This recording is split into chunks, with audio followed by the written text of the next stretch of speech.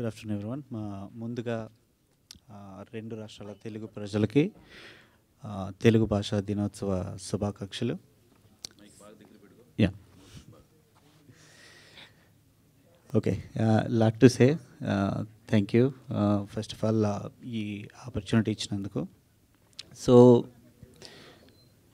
చాలా ఉంది చెప్పడానికి. So there is my first speech. So let me begin where we're. Like Geetha garu చెప్పినట్టు వైవేస్ గారు చాలామందిని ఇంట్రడ్యూస్ చేశారు. So I can proudly say ఆయన ఇంకొకరిని ఇంట్రడ్యూస్ చేస్తున్నారు, అదే మా ప్రొడక్షన్ హౌస్లో మమ్మల్ని అందరినీ.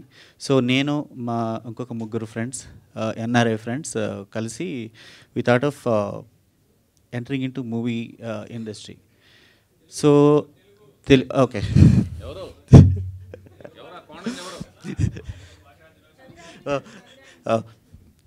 ఆ కోణంగా ఎవరు బాబు? ఉన్నది కూడా పోగొట్టే కోణంగా ఎవరు? ఓకే, మ్యాక్సిమం తెలుగు ఓకే తెలుగులో మాట్లాడడానికి ప్రయత్నిస్తాను.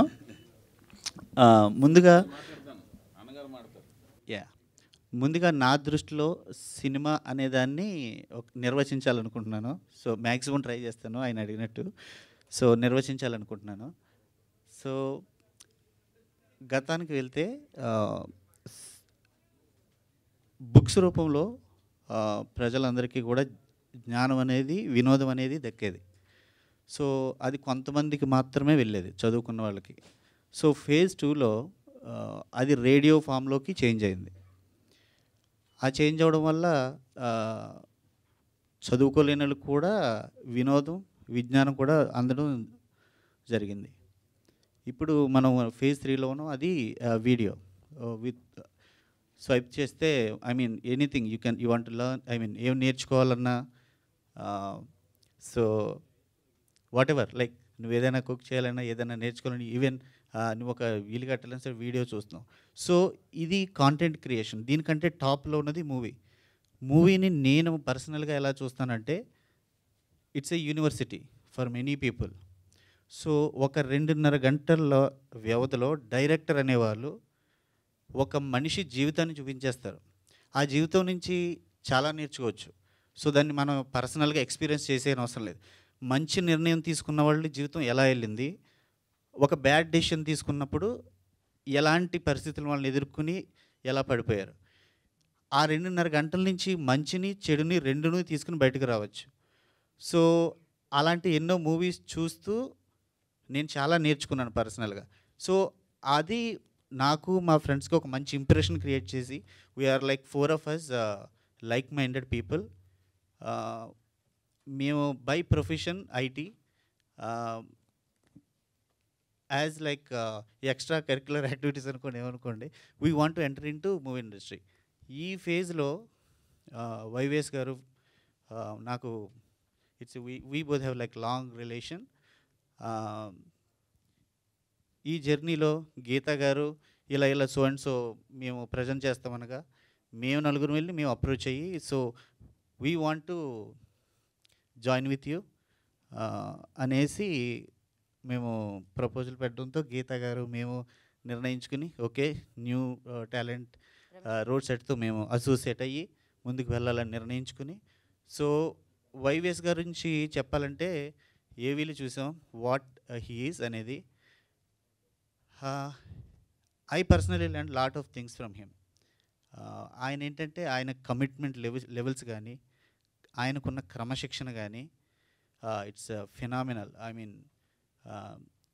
థ్యాంక్ యూ సార్, నేను మీ నుంచి చాలా నేర్చుకున్నాను. సో ఆయన తీసే ప్రతి సినిమాలో కూడా ఒక కోర్ వాల్యూస్ని మెయింటైన్ చేస్తూ ఉంటారు. అది నాకు బాగా నచ్చింది. సో ఎప్పుడైతే మేము మూవీ చేయాలి ఇలా అనుకున్నప్పుడు, గీతా గారు అనుకున్నప్పుడు, okay he's also has a story. And ఎస్పెషల్గా ఈ క్రూ కానీ, ఈ project is like very prestigious project. So పెద్దలందరూ వీళ్ళందరితో మేము వర్క్ చేయడం అనేది ఇట్స్ లైక్ ఫార్చునేట్, చాలా అదృష్టంగా మేము భావిస్తున్నాం. సో నేను వైవేస్గా నాన్నగారని పిలుస్తుంటాను. సో ఆయన he is like hard working person, very very hard working. మీకున్న ఆయన సినిమాల్లోనే తెలుస్తుంది. ఇందాక గీతా గారు చెప్పినట్టు ఆయనకు కావాల్సింది వచ్చే వరకు ఆయన ఊరుకోరు. సో ఆ commitment levels, and he's the trusted person. I can proudly say that.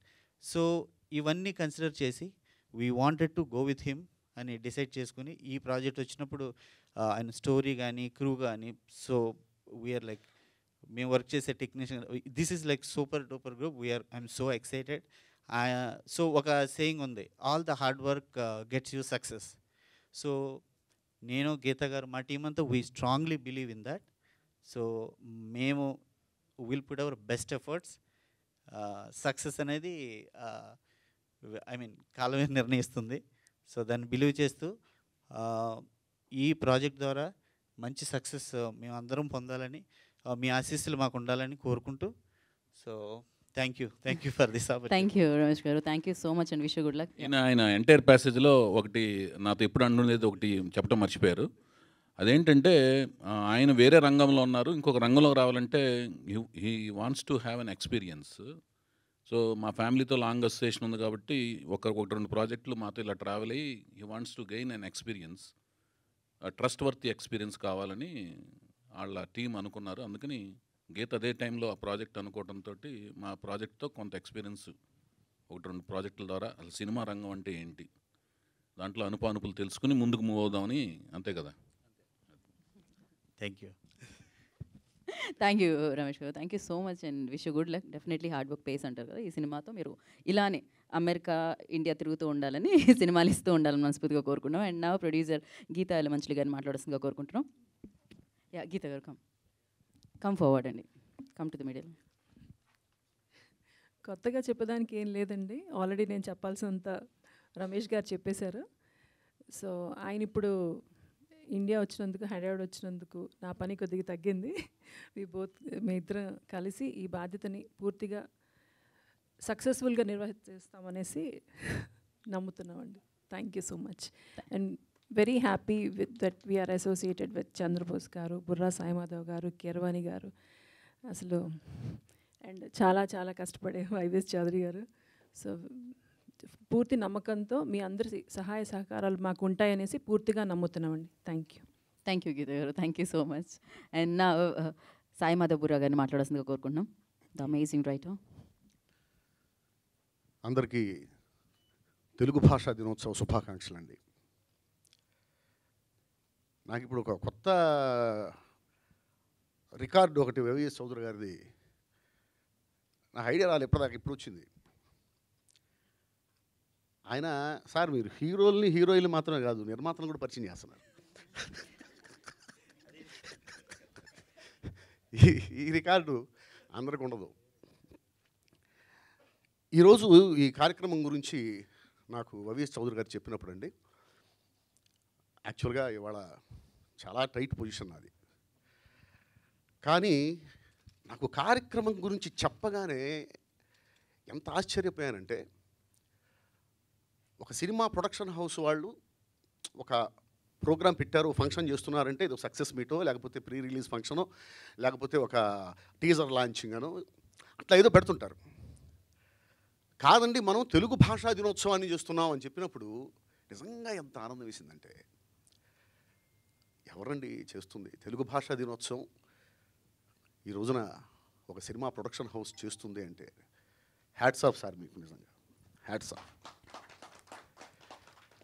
చూడండి అక్కడ గిడుగు రామమూర్తి గారు, ఎన్టీ రామారావు గారు, హరికృష్ణ గారు తెలుగు భాషకి పట్టం కట్టినటువంటి మహనీయులు.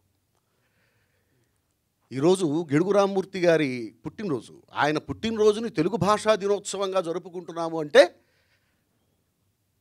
ఇక ఆయన గురించి ఇంతకంటే మనం ఎక్కువగా మనం అసలు ఇంతకంటే గొప్ప గౌరవం లేదు. ఆయన జన్మ సార్థకత అది. కేవలం గ్రాంధిక భాషతో రాస్తేనే అది సాహిత్యం, వ్యావహారిక భాషతో వాడితే అది సాహిత్యం కాదు, వాళ్ళు రచయితలు కాదు అనేటువంటి స్థాయి నుంచి వ్యావహారిక భాష కూడా భాషే, వ్యావహారిక భాషలోనే సాహిత్యం రావాలి, ఆఖరికి ఆదివాసీల భాషని కూడా, లిపిలేని భాషని కూడా ఆయన గౌరవాన్ని కలిగించినటువంటి మహనీయుడండి ఆయన గిడుగు రామమూర్తి గారు. ఇకపోతే ఎన్టీ రామారావు గారి గురించి కొత్తగా మీరు నేను చెప్పుకునేది ఏమి లేదు. తెలుగు భాష అంటే ఎన్టీఆర్, ఎన్టీఆర్ అంటే తెలుగు భాష. తెలుగు భాష ఉన్నన్నాళ్ళు రామారావు గారి కీర్తి, రామారావు గారి నీడ, రామారావు గారి అది అట్లా నిలబడిపోతూ ఉంటుంది. ఆయన పార్లమెంటులో కూడా నిలబడి నేను తెలుగులోనే మాట్లాడతాను, వింటే వినండి లేకపోతే లేదు, నేను నా భాషలోనే మాట్లాడతానని చెప్పినటువంటి మహనీయుడు హరికృష్ణ గారు. వీళ్ళందరూ వాళ్ళందరినీ తలుచుకోవటం, తెలుగు భాష గురించి మాట్లాడాలి, తెలుగు భాష గురించి మాట్లాడుకుందాం మీరు రండి అన్నప్పుడు తెలుగు భాష మీద బతుకుతున్నటువంటి ఒక రచయితగా రాకపోతే అంతకంటే మహా పాపం ఇంకోటి ఉండదు. అందుకని వచ్చాను నేను. అంటే విచిత్రమైన విషయం చూసారా, తెలుగు భాష గురించి తెలుగువాడు తెలుగు భాషలో తెలుగు వాళ్ళకి చెప్పటం.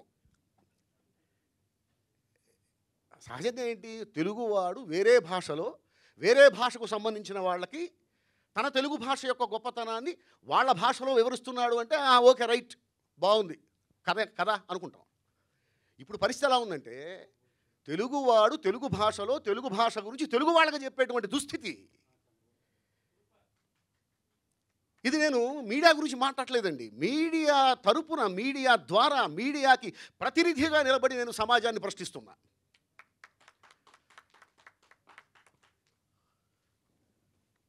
ఒకసారి అసలు పాఠశాలల్లో తెలుగు అభ్యసించాల్సిన అవసరం లేదు, తెలుగు భాష గురించి మాట్లాడాల్సిన అవసరం లేదు, తెలుగు బోధించాల్సిన అవసరం లేదు అన్న పరిస్థితులు మనం చూసాం, విన్నాం, దాని గురించి మాట్లాడుకున్నాం.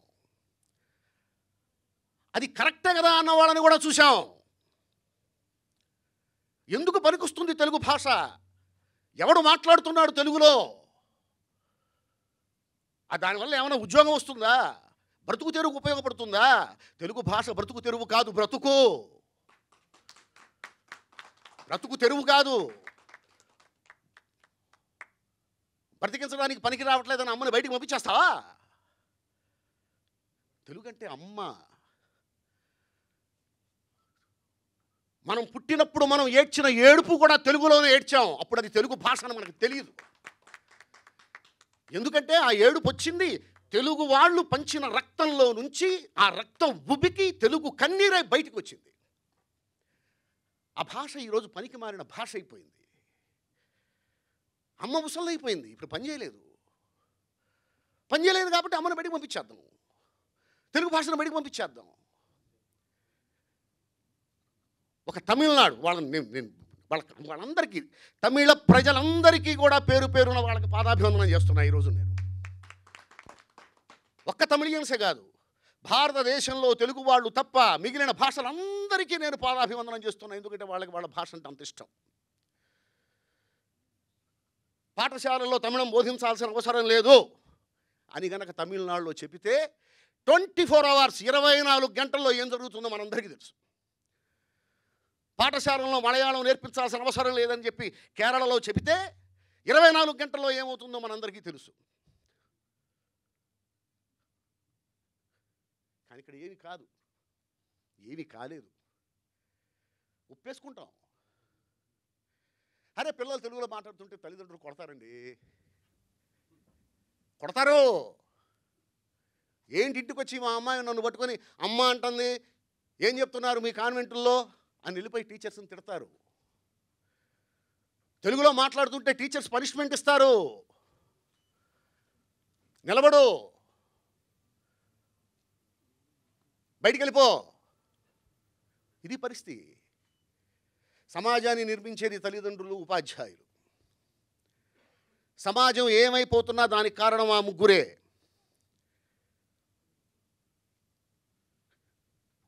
ఒక హాస్పిటల్లో ఒక డాక్టర్ని, ఒక మెడికోని, ఒక స్త్రీని అతి దారుణంగా 18 మంది కలిసి మానభంగం చేసి చంపారు అంటే దానికి కారణం వాళ్ళ తల్లిదండ్రులు, వాళ్ళ టీచర్లే. అతి దారుణమైనటువంటి సమాజంలో మనం బతుకుతున్నాం. అతి దారుణమైన సమాజంలో తల్లిదండ్రులు, టీచర్సే సమాజాన్ని ఏర్పాటు చేసేది. ఇప్పుడు మనందరం ఇక్కడ కూర్చొని ఉన్నాం, మనకంటూ ఒక సమాజం ఉంది అంటే ఇప్పుడున్న సమాజాన్ని తీర్చిదిద్దింది ఈ సమాజాన్ని కన్న తల్లిదండ్రులు. రేపటి సమాజాన్ని తీర్చిదిద్దాల్సింది ఈ సమాజంలో ఉన్నటువంటి తల్లిదండ్రులు, టీచర్లు. వాళ్ళే అంటున్నారు, నువ్వు తెలుగులో మాట్లాడితే నీకు నేను పనిష్మెంట్ ఇస్తాను. తల్లిదండ్రులు ఒప్పుకోరు తెలుగులో అమ్మ అని పిలిస్తే అమ్మ ఒప్పుకోదు, నాన్న అని పిలిస్తే నాన్న ఒప్పుకోడు. ముందు ఇది మారాలండి. ఇది మారకపోతే ముఖ్యంగా తెలుగు వాళ్ళకి మాత్రమే, ఇక ఏ భాషలో అది ఉండదు.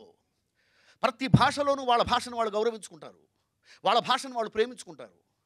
ఇద్దరు తమిళియన్స్ కలిస్తే తమిళంలోనే మాట్లాడుకుంటారు, ఇద్దరు మలయాళీలు కలిస్తే మలయాళంలోనే మాట్లాడుకుంటారు, ఇద్దరు ముస్లిమ్స్ కలిస్తే ఉర్దూలోనే మాట్లాడుకుంటారు, ఇద్దరు తెలుగు వాళ్ళు కలిస్తే ఖచ్చితంగా ఇంగ్లీష్లో మాట్లాడుకుంటారు. వాళ్ళు తెలుగులో మాట్లాడితే మనం ఆశ్చర్యపోవాలి. అమ్మాయి తెలుగులో మాట్లాడుతున్నారే, ఆహా వీళ్ళకి తెలుగు భాష కొంచెం తెలుసండి, లేదా తెలుగు భాష మీద ప్రేమ ఉందండి. ఇది పరిస్థితి. ఇప్పుడున్న సమాజం ఇలాగే కొనసాగితే కొన్నేళ్ల తర్వాత ఒకప్పుడు భారతదేశంలో తెలుగు అనే భాష కూడా ఒకటి ఉండేదంట అని చెప్పుకునే పరిస్థితి వస్తుంది. అప్పుడు మనకంటూ ఒక ఉనికి ఉండదు, మనం ఎవరమో మనకే తెలియదు, మన చిరునామా మనకి తెలియదు. ఎవరండి మీరు అంటే దానికి సమాధానం మన దగ్గర ఉండదు. నా తల్లిదండ్రులు, నా ఉపాధ్యాయులు నన్ను చాలా గొప్పగా తీర్చిదిద్దారు. నా పిల్లల్ని కూడా అలా తీర్చిదిద్దాల్సినటువంటి బాధ్యత నా మీద ఉంది, నా భార్య మీద ఉంది, వాళ్ళ టీచర్స్ మీద ఉంది. కావచ్చు అందరూ తల్లిదండ్రులాగే నేను కూడా నా పిల్లల్ని ఇంగ్లీష్ కాన్వెంట్స్లోనే చదివించి ఉండొచ్చు, కానీ వాళ్ళకి తెలుగు రాకుండా మాత్రం లేదు. ఖచ్చితంగా ప్రతిరోజు ఒక గంట తెలుగు చదవాల్సిందే, ఇంట్లో తెలుగులోనే మాట్లాడాలి, తెలుగులోనే మాట్లాడాలి. వాళ్ళ కాలేజీలో వాళ్ళు ఏం మాట్లాడుకుంటారు నాకు అనవసరం. అసలు అమ్మని అమ్మ అని అనాలి, అమ్మని పట్టుకుని శవమా అని పిలవకూడదు, నాన్నని నాన్న అని పిలవాలి. చాలా బాగుంటుంది, చాలా బాగుంటుంది. తెలుగు పద్యాలు నేర్చుకోవాలి, వేమన పద్యాలు నేర్చుకోవాలి, దాశరథి శతకాలు నేర్చుకోవాలి, సుమతి పద్యాలు నేర్చుకోవాలి. ఎందుకంటే వ్యక్తిత్వం వచ్చేది అక్కడి నుంచే. ట్వింకిల్ ట్వింకిల్ లిటిల్ స్టార్ అంటే వ్యక్తిత్వం రాదు. ఏమొస్తుంది వ్యక్తిత్వం? దాని అర్థం ఏమిటి? ఒక వేమన పద్యం నేర్చుకుంటే ఎలా బతకాలో తెలుస్తుంది, ఒక సుమతి శతకం నేర్చుకుంటే ఎలా బతకాలో తెలుస్తుంది, ఏది తప్పో తెలుస్తుంది, ఏది ఒప్పో తెలుస్తుంది. తెలుగు చాలా గొప్పదండి. ఇటాలియన్ ఆఫ్ ఈస్ట్ అంటారు, నేను అది కూడా గ్రేటర్ దాన్ ఇటాలియన్. తెలుగు భాషకి మాత్రమే సంబంధించిన కొన్ని అంశాలు ఉన్నాయి సాహిత్యంలో. పద్యం తెలుగులోని మాత్రమే రాయాలి, తెలుగులో మాత్రమే రాయగలరు, ఇంకే భాషలోనూ పద్యం రాయలేరు. అంత గొప్ప వ్యాకరణం మనకుంది, అన్ని అక్షరాలు మనకున్నాయి, అన్ని ఒత్తులు మనకున్నాయి. ఇంగ్లీష్ టైపింగ్తో తెలుగుని డిటిపి చేసేటువంటి పరిస్థితి వచ్చిన తర్వాత, అంటే ఇంగ్లీష్ లెటర్స్ మీద తెలుగు టైపింగ్ చేసేటువంటి పరిస్థితి వచ్చిన తర్వాత, ఈ స్మార్ట్ ఫోన్లు, ఈ ల్యాప్టాప్లు వచ్చిన తర్వాత, తెలుగు లెటర్స్లో ఇంగ్లీష్ లెటర్స్లో తెలుగు టైపింగ్ చేయటం కోసం అని చెప్పి కొన్ని అక్షరాలని లేపేశారు. ఎందుకు లేపేశారంటే కుదరక. అది తెలుగు. ఇక ఏ భాషలోనూ అక్షరాలను తీసేయాలి, ఎందుకంటే అన్ని భాషల్లో అన్ని అక్షరాల్లో వాళ్ళు టైప్ చేయగలుగుతున్నారు. ఇంగ్లీష్ అక్షరాల్లో వేరే వేరే భాషల్లో ఒక్క భాష కూడా ఎత్తేయకుండా టైప్ చేయగలుగుతున్నారు. బట్ తెలుగులో మాత్రం అది కుదరటల్లా, కొన్ని అక్షరాలు తీసేయాల్సి వచ్చింది. అంత గొప్ప భాష తెలుగు భాష. చా ఛా చా, వాళ్ళు చా కొట్టగలుగుతున్నారు, చా వాళ్ళ వల్ల కావట్లా. వాళ్ళ వల్ల కాక అక్షరాన్ని లేపేశారు.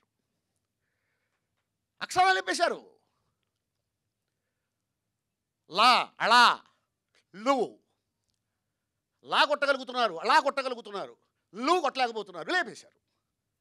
వాళ్ళ వల్ల కాక, వాళ్ళ చేత కాక అక్షరాలు కూడా లేపేసినటువంటి పరిస్థితి. అలా చాలా అక్షరాలు లేచిపోయాయి తెలుగులో. అంత గొప్ప భాష తెలుగు భాష. అదేంటండి తమిళంలో కూడా నేను పద్యాలు విన్నానే, ఏదో సినిమాలో పద్యాలు ఉన్నాయి. కాదండి, పద్యాలకు పద్ధతి ఉంది. పద్య రూపంలో గానం చేయటం వేరు, పద్యగానం వేరు. ఇప్పుడు పాట పాడినట్టు పద్యంలాగా మనం కూడా పాడేసేయచ్చు. ప్రతిదీ పద్యం కాదు. పద్య రచనకి ఒక ఛందస్సు ఉంటుంది, ఒక పద్ధతి ఉంటుంది. అది ఒక్క తెలుగులో మాత్రమే ఉంది. తెలుగు భాషకి సొంతం పద్యం.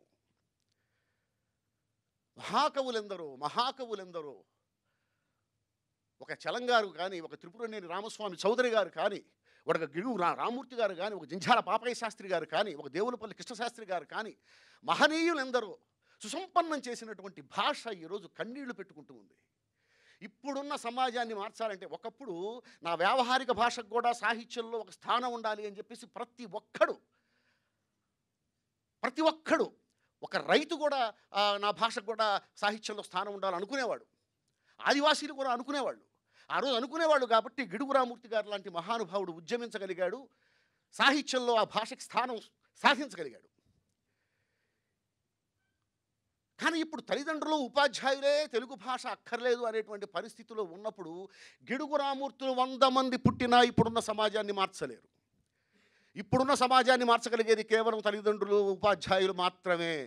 నిందితులు అవుతున్నారు, రేపొద్దున నేరస్తులు అవుతారు.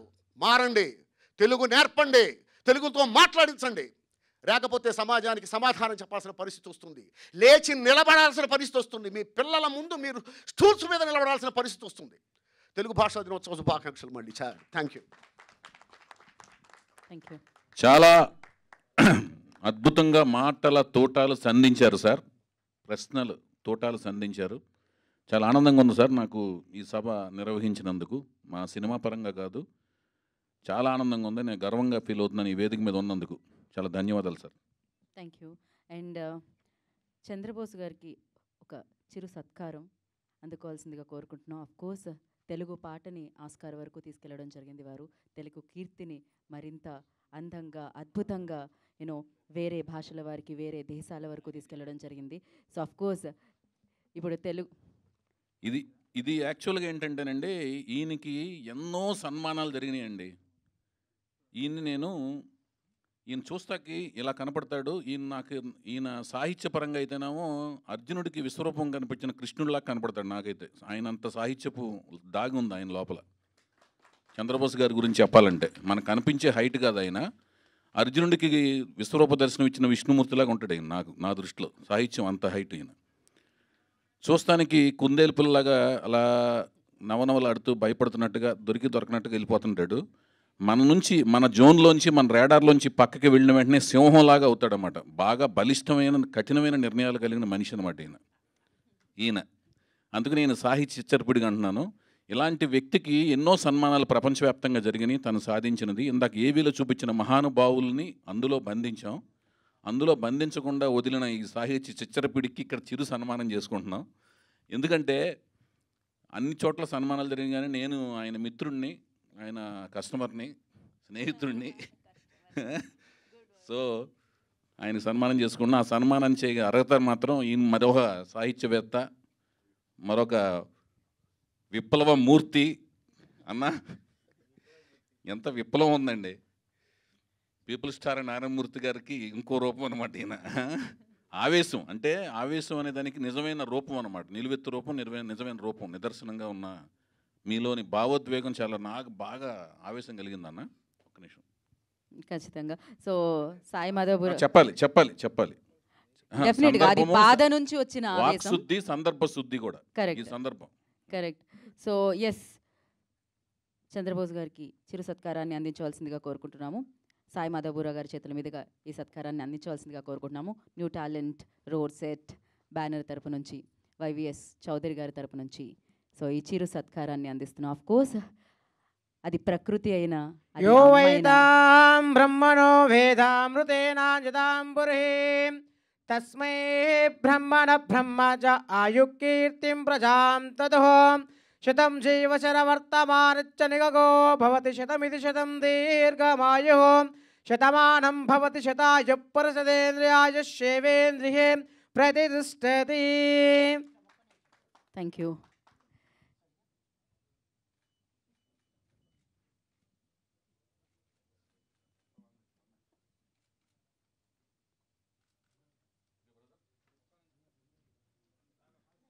ఒక్క నిమిషం అండి. ఛానల్స్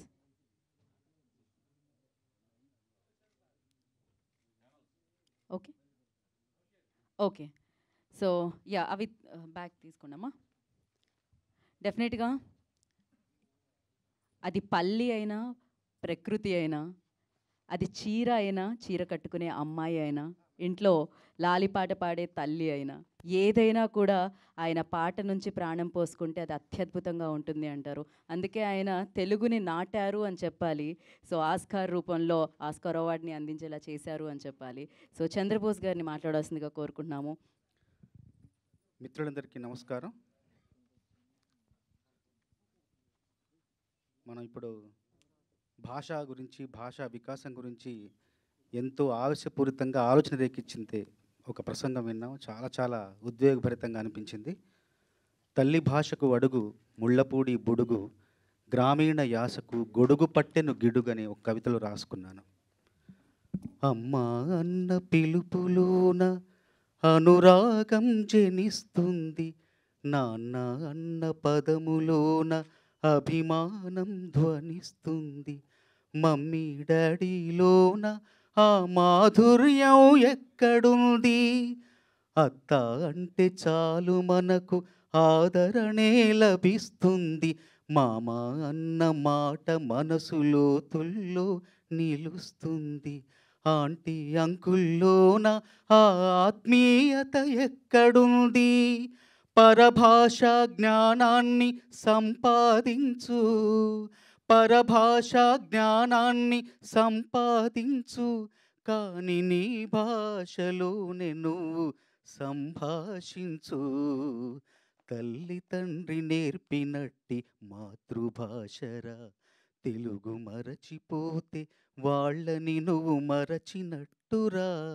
ఇది మరువబోకురా, కొమ్మల్లోని పక్షులన్నీ తమకు తను మార్చుకోవు, భూమిపైన ప్రాణులేవి తమ భాషను మరచిపోవు, మనుషులమై మన భాషకు ముసుగును తగిలిస్తున్నాము, అభివృద్ధికి ఉండాలి నింగే హద్దు, అభివృద్ధికి ఉండాలి నింగే హద్దు, అది భాష ఆచారాలను మింగేయొద్దు, తల్లి తండ్రి నేర్పినట్టి మాతృభాషరా, ఉగ్గుపాల భాష పలికేందుకు సిగ్గుపడకురా, వెనక్కి తగ్గమాకురా, తెలుగు భాష తీయదనం, తెలుగు జాతి గొప్పతనం, తెలుసుకున్న వాళ్ళకి తెలుగే ఒక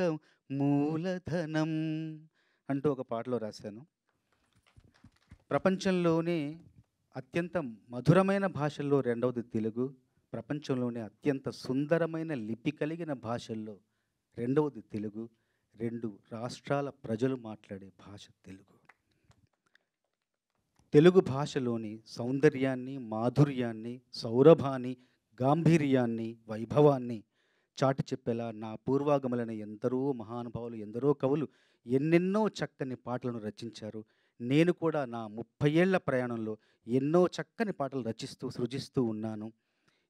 ఈ సందర్భంలో ఈ సినిమాలో మరింత అందమైన, మరింత అర్థవంతమైన, మరింత ఆర్ద్రవంతమైన పాటలు రాసే అవకాశం నాకు రాబోతుంది.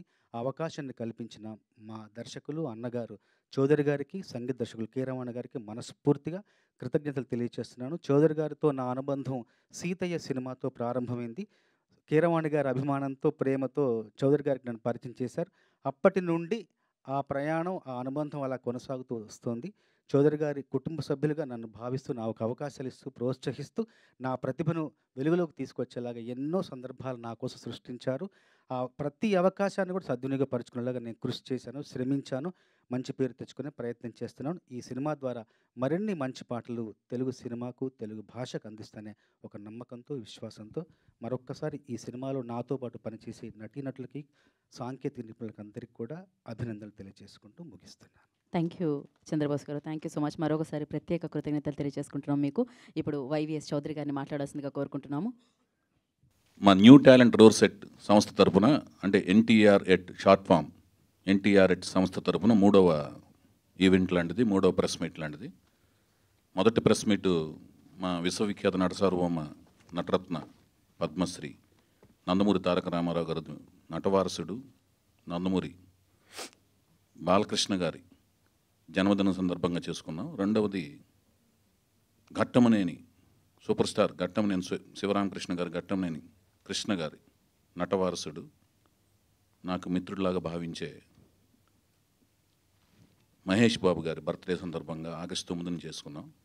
మొదటి దాంట్లో రామారావు గారి 4వ తరం, అంటే రామారావు గారి మూడవ పుత్రుడైన హరికృష్ణ గారి మనవడైన జానకిరామ్ గారి బిడ్డ అయిన నందమూరి తారక రామారావు హీరోగా సినిమా తీయబోతున్నామని ప్రకటన చేస్తే, రెండవ ప్రకటనలో తెలుగు మొట్టమొదటిసారిగా నేను ఒక తెలుగు అమ్మాయిని పరిచయం చేస్తున్నాను, ఆ తెలుగు నా కథానాయికగా తెలుగు అమ్మాయిని పరిచయం చేస్తున్నానని ప్రకటించుకోవడంతో పాటు నా సినిమాని నేను అనుకున్న ఆలోచనని ముందుకు తీసుకెళ్ళగలిగే అతిరథ మహారథులైన కీరవాణి గారు, చంద్రబోస్ గారు, బుర్రా సాయిమాధవ్ గారిని నన్ను వెనక నుండి ప్రోత్సహిస్తూ నడిపిస్తున్నారు అని ప్రకటించుకోవడంతో రెండవ ఈవెంట్ జరిగింది. ముఖ్యంగా ఈ మూడో ఈవెంట్ యొక్క ముఖ్యోద్దేశం ఏంటంటే, నాకు తల్లిదండ్రులు యలమంచిల నారాయణరావు గారు, రత్నకుమారి గారు జన్మనిస్తే నేను రామారావు గారి అభిమానాన్ని తెలిసి కూడా రికార్డుల పరంగా అక్కినేని నాగేశ్వరరావు గారితో అగ్నిపుత్రుడి సినిమా చేస్తుండగా గొడవలు పడిన సందర్భాలన్నీ కూడా గుర్తుండి కూడా,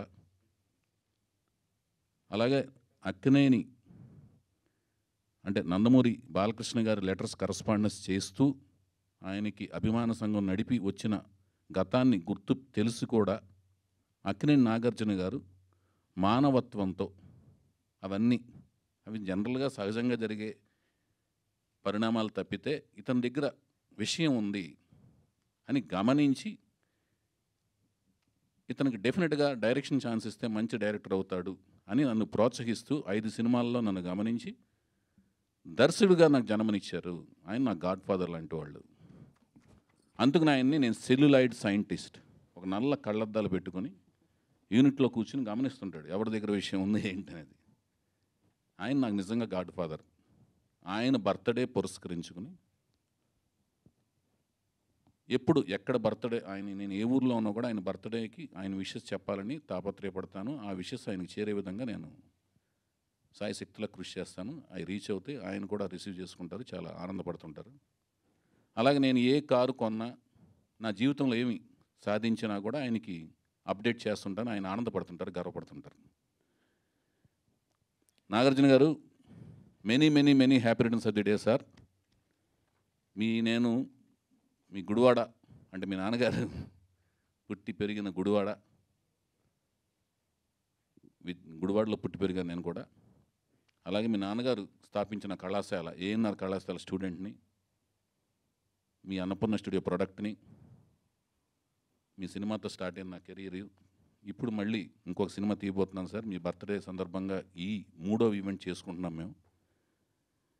ఇది నాకు ఇంకొక రకంగా చిరస్మరణీయం. ఎలా అంటే,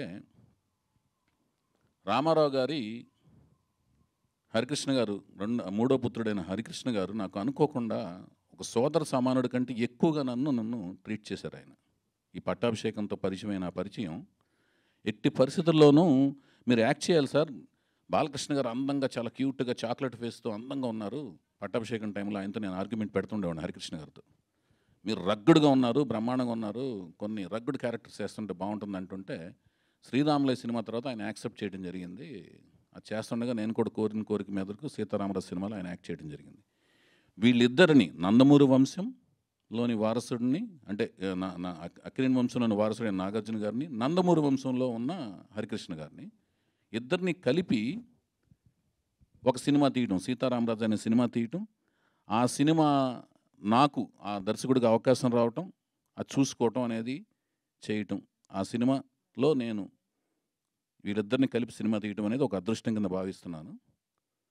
ఆయన బర్త్డే అనుకోకుండా యాదృచ్ఛికంగానో లేదా కాకతాళీయంగానో ఎందుకు జరిగిందో తెలియదు, కానీ ఈరోజే మా హరికృష్ణ గారి వర్ధంతి డే కావటం కూడా ఒక విచారకరమైన రోజు.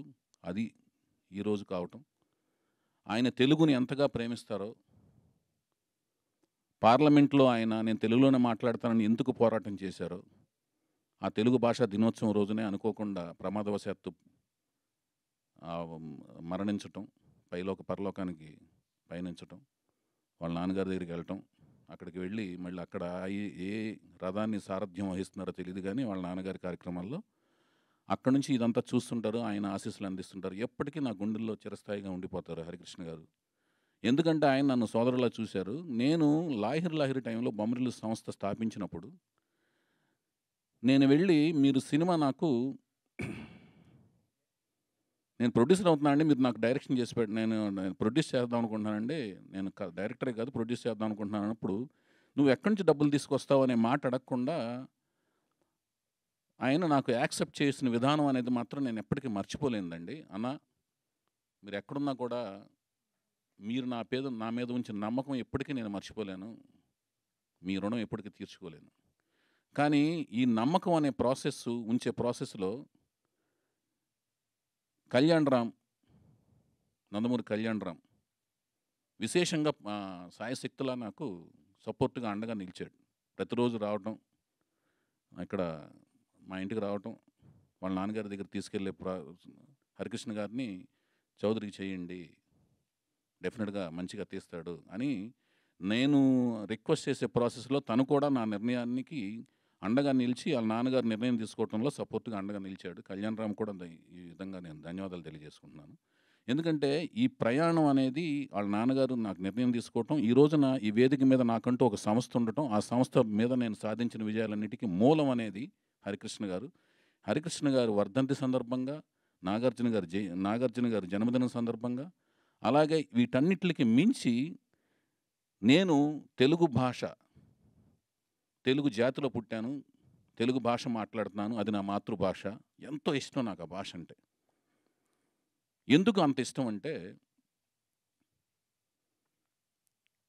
నేను గమనించింది ఏంటంటే తెలుగు భాషలో 56 అక్షరాల తెలుగు భాష, అచ్చులు 18, హల్లులు 38, ఉభయాక్షరాలు 0, అరసున్న, విసర్గం 3, మొత్తం మీద 56 అక్షరాలైతే 4 కుదించారు. అలు అనేదిను, చా జా అనేది 2 తీసేసి 52 అక్షరాలు, 4 అక్షరాలు, అచ్చుల్లో 2, హల్లుల్లో 2 తీసేసి 52 అక్షరాలు కుదించారు. తెలుగు భాష నేను గమనించింది ఏంటంటే ఈ సృష్టిలో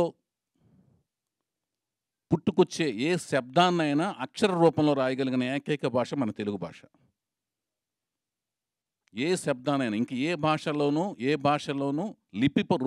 ఏ శబ్దాన్ని కూడా లిపి రూపంలో రాయలేమన్నమాట, ఒక తెలుగు భాషలోనే రాయగలం అని నేను గమనించాను అన్నమాట. సో అందుకని నాకు అంత ఇష్టం అన్నమాట. సో ఆ భాషా దినోత్సవం రోజున మా ఈవెంట్ జరుపుకుంటూ అనుకోకుండా గత 8 ఏళ్ళుగా 9 ఏళ్ళుగా అంతకుముందు నాలో వచ్చిన ఒక ఆలోచన ఏంటంటే, తెలుగు భాషని, తెలుగు సంస్కృతిని, ఇంతకుముందు 2 ఈవెంట్స్లో హీరోని ప్రకటించుకున్నాం, హీరోయిన్ని ప్రకటించుకున్నాం, రథసారథులను ప్రకటించుకున్నాం. ఇప్పుడు ప్రకటించుకునేది ఏంటంటే నేపథ్యం అన్నమాట. ఈ కథ యొక్క నేపథ్యం 1980 నేపథ్యంలో ఈ కథ జరగబోతోంది. ఇది ఈ వేదిక యొక్క ముఖ్యోద్దేశం. 1980 అనే నేపథ్యంలో ఈ కథ జరగబోతోంది. ఆ నేపథ్యం అనేది బలీయమైన తెలుగు భాష, తెలుగు సంస్కృతి, తెలుగు జాతి నేపథ్యం అన్నమాట.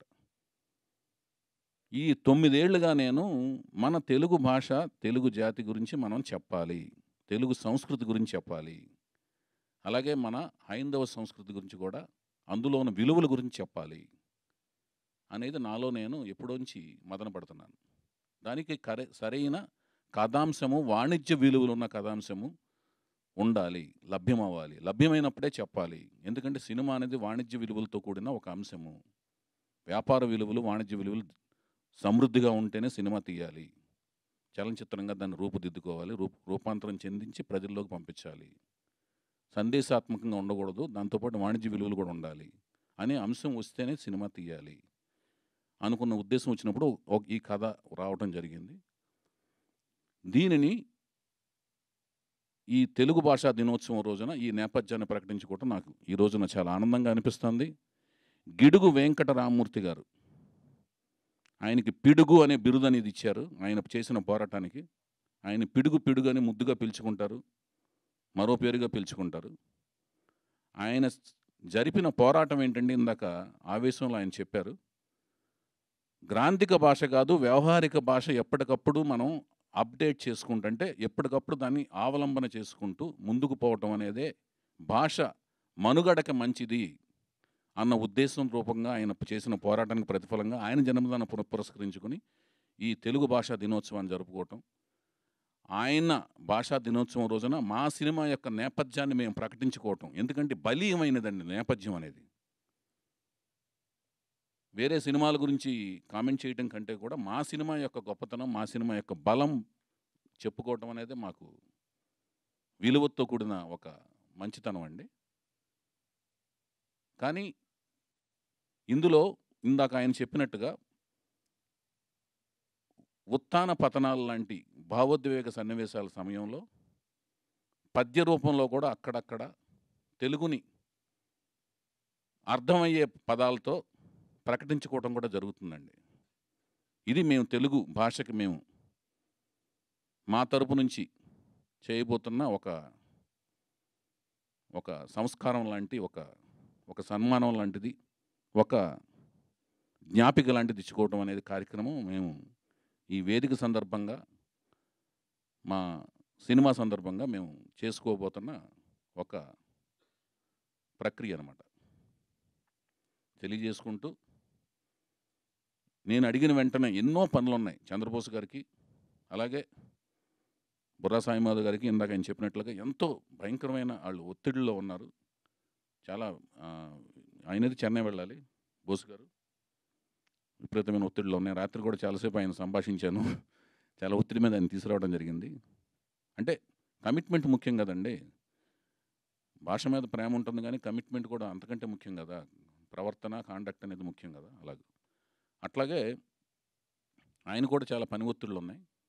బుర్రా సాయిమాధవ్ గారు వాళ్ళిద్దరూ ఒప్పుకుని వచ్చారు.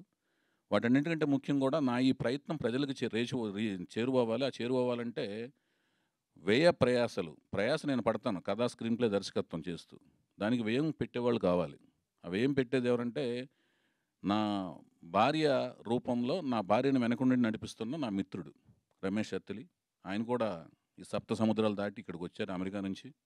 ఆయన అనుకున్న ఆయన మిత్రులు వీళ్ళందరూ కూడా ఇలాంటి ఒక మంచి ప్రయత్నం చేస్తున్న టైంలో ఈ కొత్త కథానాయకుడు రామారావు గారి 4వ జనరేషన్ ముని మనవడిని పరిచయం చేసే ఒక కార్యక్రమంలో, అలాగే ఒక తెలుగు కూచిపూడి డాన్సర్ని కథానాయకగా పరిచయం చేస్తున్న ఈ కార్యక్రమంలో భాగస్వాములు అయినందుకు వీళ్ళందరూ నా మీద పెట్టిన బాధ్యతని, ఇందాక వాళ్ళు చెప్పినట్టు క్రమశిక్షణ, అంకితభావం, కార్యదీక్షతో ఈ సినిమాని చేస్తూ డెఫినెట్గా కష్టపడి పనిచేస్తామండి. మంచి సినిమా మీ అందరికీ నచ్చే విధంగా తీయటానికి ప్రయత్నం చేస్తాను. ఇక ఆ పైన మీరిచ్చే తీర్పు శిరసా వహిస్తాను. అదృష్టాన్ని పరీక్షించుకుంటాను. ధన్యవాదాలండి. Thank you so much. అన్న మన నమస్తే తెలంగాణ కళాధర్ గారు, భూషణ్ గారు రావాలి. నాగార్జున గారి బర్త్డే కేక్ను కట్ చేయాలి. కళాధర్ గారు, భూషణ్ గారు, కళాధర్ గారిని అండ్ అలాగే భూషణ్ గారిని రమ్మంటున్నాం. ఆయన నాగార్జున గారి అభిమానులంట. వాళ్ళ చేతుల మీదుగా కేక్ను కట్ చేద్దామని ఉద్దేశం. అది ఫోటో తీసుకోండి, వీడియో తీసుకోండి సార్ ఆ కేక్ది. So senior photo journalist Kaladhar గారిని అండ్ అలాగే భూషణ్ గారిని వేదిక రాష్ట్రంగా స్వాగతం పలుకుతున్నాము. సో అక్కినేని అభిమానులు, అంతేకాకుండా సో తెలుగు ఇండస్ట్రీలో సీనియర్ జర్నలిస్టులుగా ఉన్నారు, ఫోటో జర్నలిస్టులుగా. సో వారిద్దరు చేతుల మీదుగా అండ్ అలాగే చంద్రబోస్ గారిని, వైవిఎస్ చౌదరి గారిని అండ్ వేదిక మీద ఉన్న వారందరినీ కూడా ఈ కేక్ కటింగ్లో పార్టిసిపేట్ చేయవలసిందిగా కోరుకుంటున్నాం. Once again Akkineni king Nagarjuna గారికి. ఓకే భూషణ్ గారు please go head. So Bhushan గారు అండ్ వైవిఎస్ చౌదరి గారు చంద్రబోస్ గారిని పార్టిసిపేట్ చేయవలసిందిగా కోరుకుంటున్నాం, గీత గారిని, రమేష్ గారిని కూడా. సో ఎస్, మరి కింగ్ నాగార్జున గారి పుట్టినరోజుని పురస్కరించుకొని ఇవాళ ఈ ఈవెంట్ని జరుపుకోవడం జరుగుతుంది. సో ఎస్, అచ్చులు హల్లులు 16, 3, 37 అండి. మూడేమో ఉభయాక్షరాలు 16, 3, 37. గమనిక, విజ్ఞప్తి.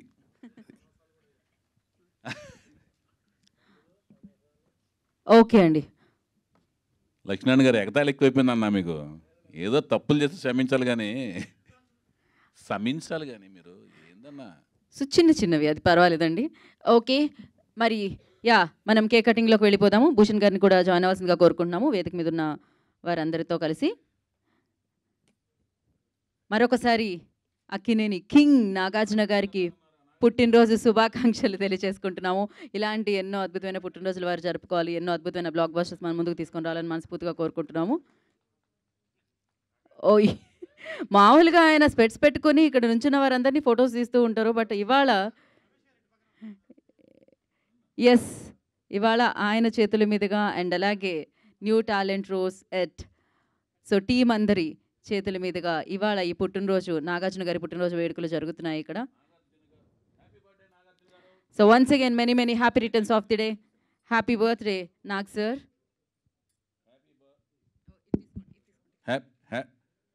హ్యాపీ బర్త్డే నాగార్జున గారు. We wish you all good luck sir. Thank you so much. Thank you అండి. ఆఫ్టర్ దిస్ కేక్ కటింగ్ మనం Q&A సెషన్లోకి వెళ్దాము. మీడియాతో మనకి Q&A సెషన్ ఉంది. So yes, so king Nagarjuna గారి బర్త్డే సెలబ్రేషన్స్ అంతటా జరుగుతూ ఉంటాయి. ఇవాళ ప్రసాద్ ల్యాబ్లో ఇక్కడ ఈ ఈవెంట్లో కూడా వారి పుట్టినరోజు జరుపుకుంటున్నాము మనము. ఓకే, సో అతి తొందరలో ఎన్టీఆర్ ఎట్ నుంచి మనకి ఒక అద్భుతమైన చిత్రం రాబోతుంది. ఆల్రెడీ ఈ చిత్రానికి సంబంధించిన కథానాయకుడు, కథానాయిక, సాంకేతిక నిపుణుల గురించి మనం మాట్లాడుకోవడం జరిగింది. ఇవాళ కథా నేపథ్యం 90s 80s బ్యాక్గ్రౌండ్లో ఈ కథ ఉండబోతుంది అని చెప్పి ఇప్పుడే వైవిఎస్ చౌదరి గారు చెప్పడం జరిగింది. రమేష్ గారు హాయ్ అండి. ఇక్కడ సో ఇది మీరు ఫస్ట్ టైం అండి ప్రొడ్యూస్ చేయడం విత్ దిస్? అవునండి. సో అంటే మీకు ఎందుకు ఈ థాట్ వచ్చింది అండ్ వైవిఎస్ గారితో ఎందుకు ప్రొడ్యూస్ చేయాలనుకున్నారు? అండ్ ఈవెన్ దో ఆయనకి హిట్స్ ఉన్నాయి, ఫ్లాప్స్ ఉన్నాయి, అండ్ ఏ ధైర్యంతో ఆయనతో మీరు చేయగలపాలనుకున్నారు? ముందుగా చెప్పినట్టే ఆయన కమిట్మెంట్, ఆయన సినిమాలు చూస్తూ పెరిగాం. ఆయన మీరు ప్రతి మూవీ చూస్తే కోర్ వాల్యూస్ని ఆయన టచ్ చేస్తుంటారు. సో ఆ పాయింట్ ఆయన తీసే విధానం అదంతా కూడా, సో మీరు సీతయ్య చూశారు, సో హరికృష్ణ గారితో ఆయన చేసింది. సో హీఈస్ లైక్ ఎక్సెప్షనల్గా చేయగల సత్తా ఆయనకు ఉంది. సో ఈ లేటెస్ట్గా జరిగే ట్రెండ్స్ ఇవన్నీ వాటన్నిటికీ కూడా ఆయన మొత్తం ఫుల్గా నాలెడ్జ్ ఉన్న వ్యక్తి ఆయన. సో ఆయనకున్న క్రమశిక్షణ, బేసిక్గా డెడికేషన్ కానీ, నాకున్న ఫ్రెండ్ సర్కిల్ కానీ, నాకు తెలిసిన ఫ్యామిలీస్లో ఇంత డెడికేటెడ్ పర్సన్ నేను చూడలేదు. So that's why we like decided to go with him. All the best అండి. Thank you.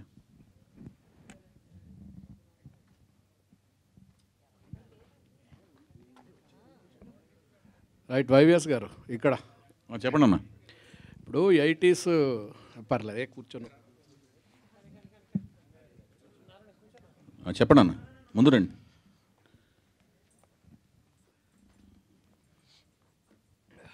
అన్న ముందుగా తెలుగు భాషా దినోత్సవ శుభాకాంక్షలు మీ అందరికీ. Thank you.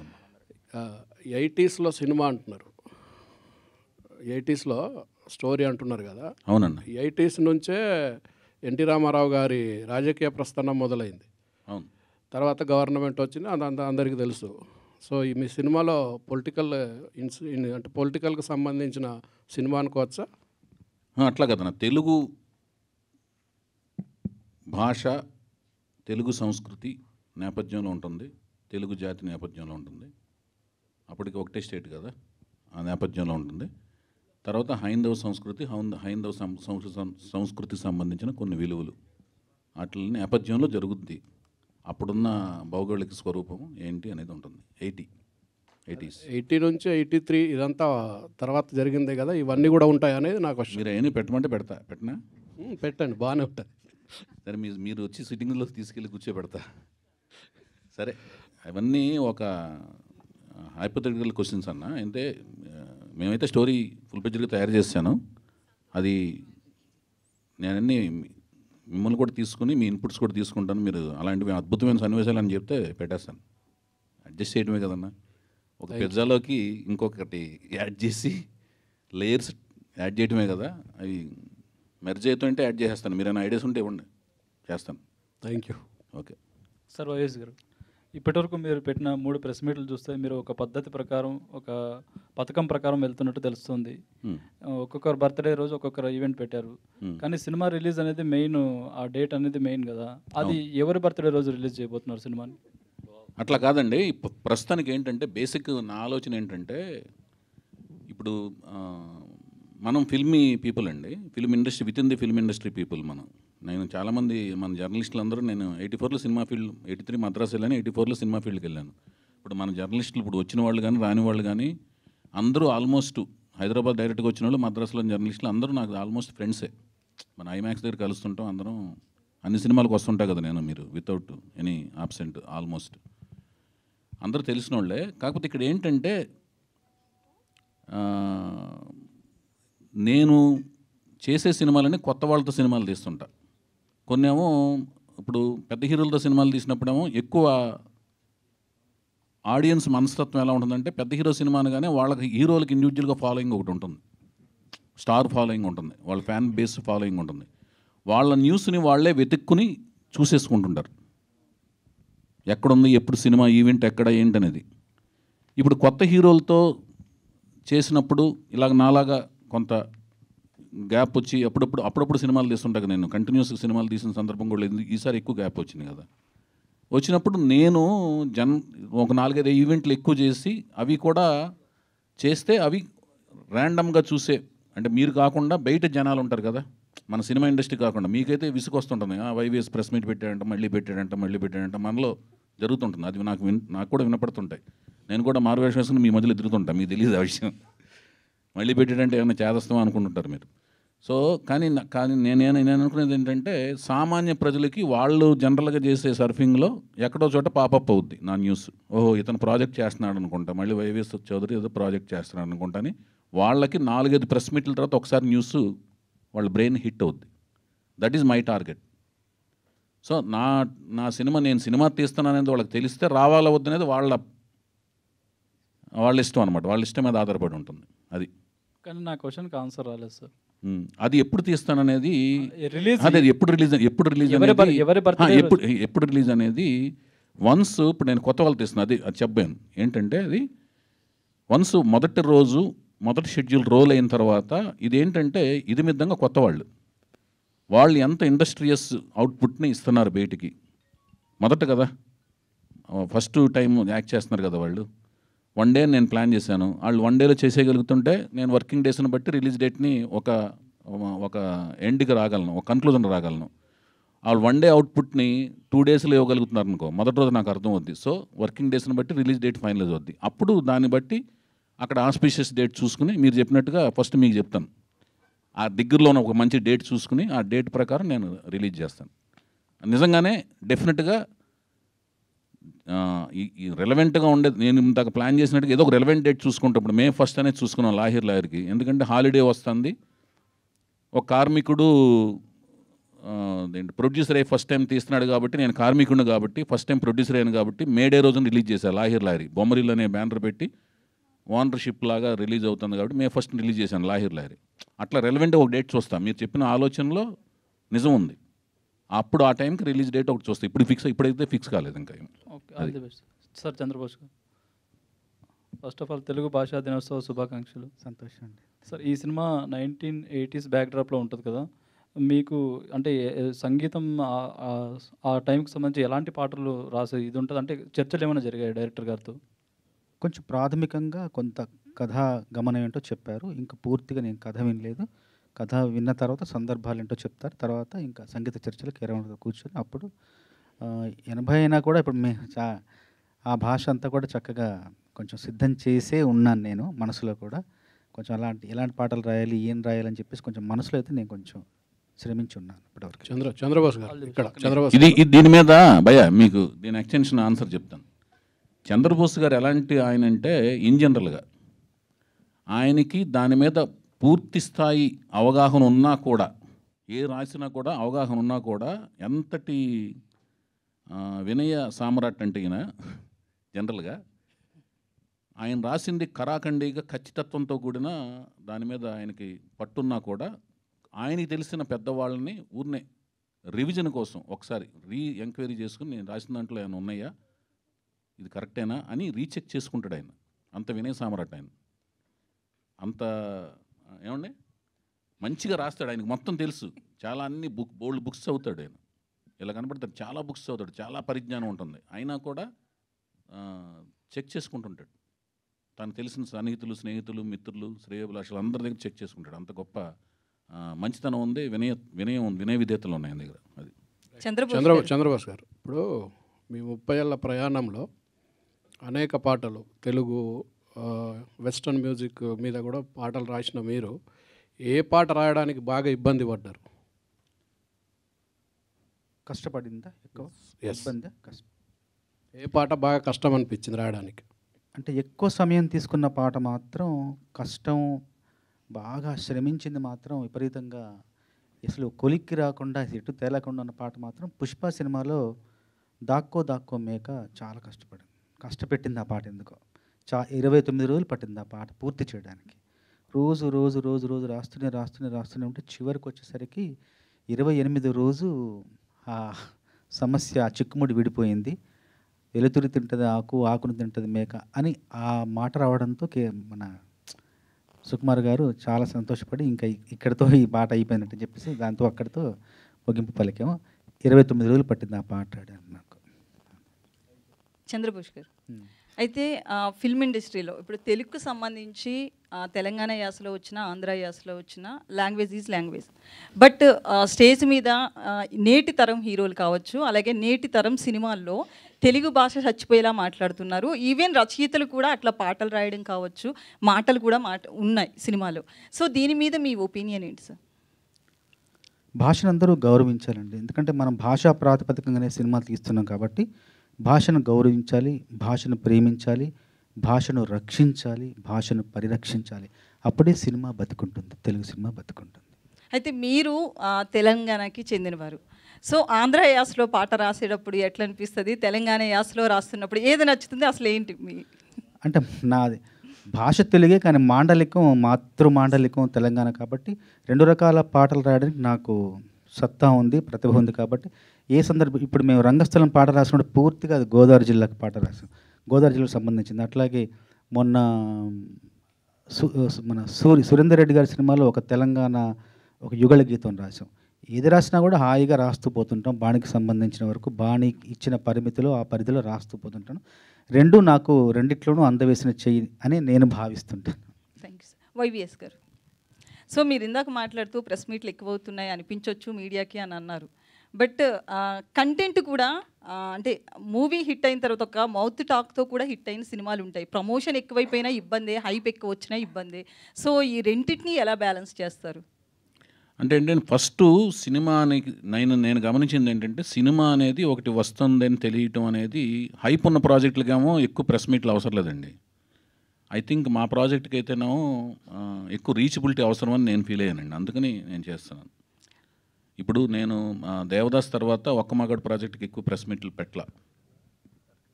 ఒక్క మగాడు అనే ప్రాజెక్ట్కి నేను అసలుకి ప్రీ రిలీజ్ ఈవెంట్, ఒక ఆడియో ఫంక్షన్ ఒకటి చేశాను అంతే.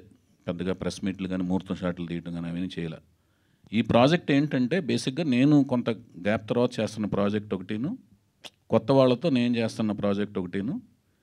ఇప్పుడు ఏమైపోయిందంటే మాధ్యమాలు పెరిగిపోయినాయి, రోజుకో కంటెంట్ వచ్చి చేరుతుంది ప్రజల బ్రెయిన్కి. రోజుకో కంటెంట్, రోజుకొకటి జరుగుతుంది, దాని మీద ర్యాండమ్గా మారిపోతుంది వాళ్ళ మెమరీ.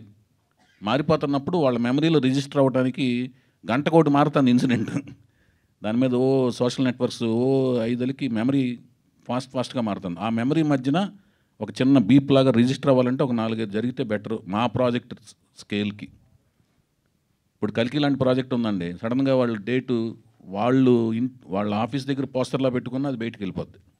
ఉదయం అటు ఓపెనింగ్స్ నిండిపోతాయి. ఎందుకంటే ప్రభాస్ ఉన్న ఇమేజ్కి కానీ, వైజయంతి మూవీస్ బ్యానర్కి కానీ, ఆ రో ఆఫ్ సక్సెస్ల మధ్యన ఉన్న వాళ్ళ బ్యానర్కి కానీ దానికి అది. అయితే మీరు 10 ఏళ్ల తర్వాత మళ్ళీ ఒక సినిమా చేస్తున్నారు. అయితే Q&Aలో కానీ, అంటే 10 ఏళ్ళు కాదు, అంతకంటే తక్కువ. 10 ఏళ్ళు అనకండి బాధ. సరే చెప్పండి. సో రీసెంట్గా మీ టాక్స్ని బట్టి యూట్యూబ్లో కావచ్చు, మిమ్మల్ని ఫాలో అవుతున్న వాళ్ళ మాట ఏంటంటే వైవిఎస్ ఆర్జీవీలా మాట్లాడుతున్నారు అంటున్నారు. ఈ కామెంట్ని ఎట్లా తీసుకుంటారు? మీ వరకు వచ్చిందా? మేము ఏది అడిగినా కూడా మీరు చెప్పాలనుకునేదే చెప్తున్నారు. అలానా?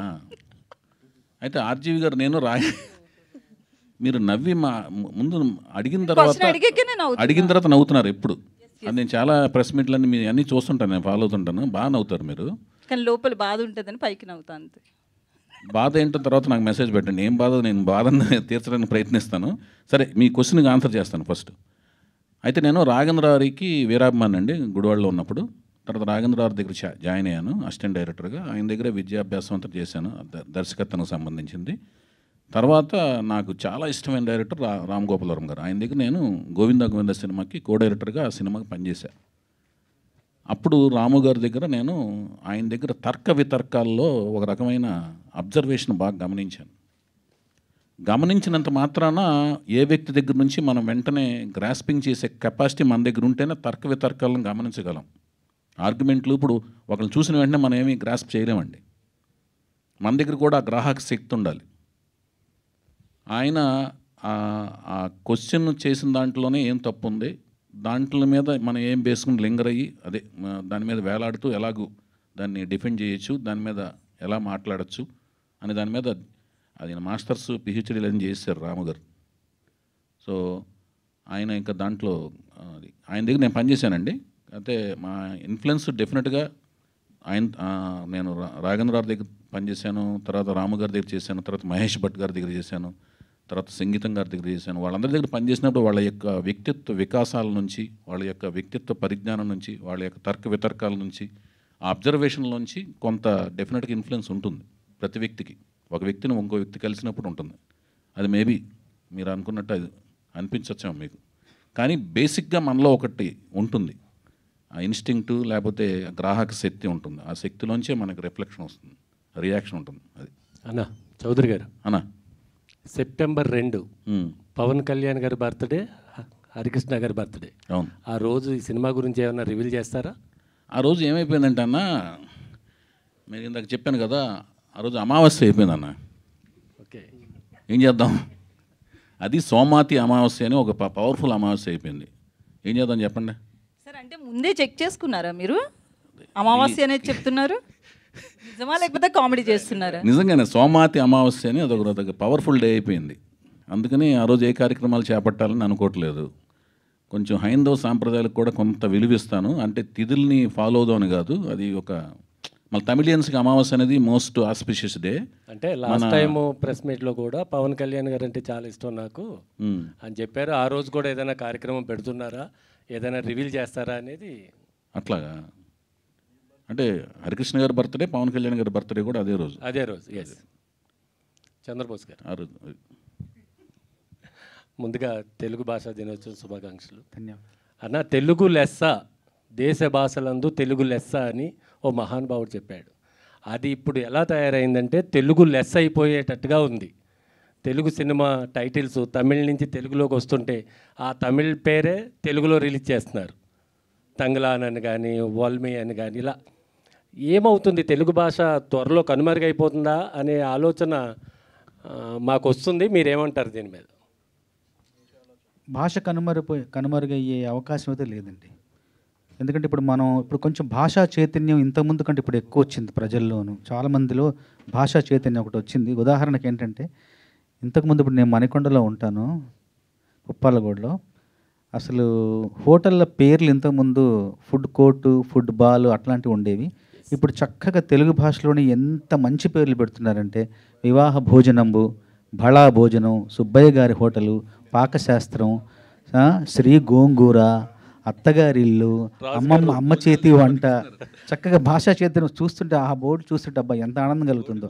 ఖచ్చితంగా కోడికూర చిట్టిగారులు, కృష్ణపట్నం, ఇట్లాంటివన్నీ ఆ పేర్లు చూస్తుంటే అంటే ఏదో రకంగా భాషా చైతన్యం వచ్చింది. మనలో కూడా తెలుగు సినిమా పేర్లు కూడా మంచి పేర్లు పెడుతున్నారు.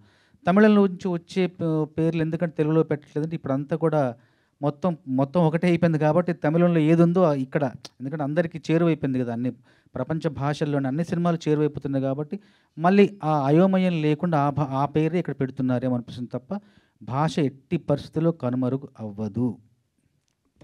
చంద్రబోస్ గారు, ఇంకొక క్వశ్చన్ అండి. మనందరికీ తెలుగు భాషా దినోత్సవం శుభాకాంక్షలు. మీకు అకాడమీ అవార్డు వచ్చిన తర్వాత మీ పాటలు రాయడం మీద ఏమైనా ప్రెజర్ పెరిగిందా, లేతే నార్మల్గానే రాస్తున్నారా? ఒత్తిడి ఏం లేదండి, ఇంతకుముందులానే రాస్తున్నాను. కాకపోతే ఏంటంటే ఇంకొంచెం కొంచెం జాగ్రత్త, ఇంకొంచెం శ్రద్ధ, మన పాట ప్రపంచ పరిధిలోకి వెళ్ళిపోయింది కాబట్టి ఇంకా అర్థవంతమైన పాటలు రాయాలన్న నాలోనే ఒక చిన్న ఇంకా జిజ్ఞాస పెరిగింది తప్ప ఒత్తిడి బయట నుంచి ఏం రాలేదు నాకు. నాలోనే నాకుంది ఒక సంఘర్షణ తప్ప వేరే ఏం లేదు. Okay sir, all the best. Chowdary గారు సార్ చెప్పండి అన్న. జూన్ 10 అయిపోయింది, ఆగస్టు 9 అయింది, ఆగస్టు 29 అవుతుంది. ఇప్పుడు నెక్స్ట్ ఏ డేట్కి మాకు హీరోని పరిచయం చేస్తారు? నందమూరి తారక రామారావుని. ఫోటో కూడా ఇది ఒకటండి. యాక్చువల్గా నేను ఆయన దాకా చెప్పినట్టు సెప్టెంబర్ 2 అనుకున్నాను, అంటే హరికృష్ణ గారి బర్త్డే సందర్భంగా అనుకున్నాను. కానీ అది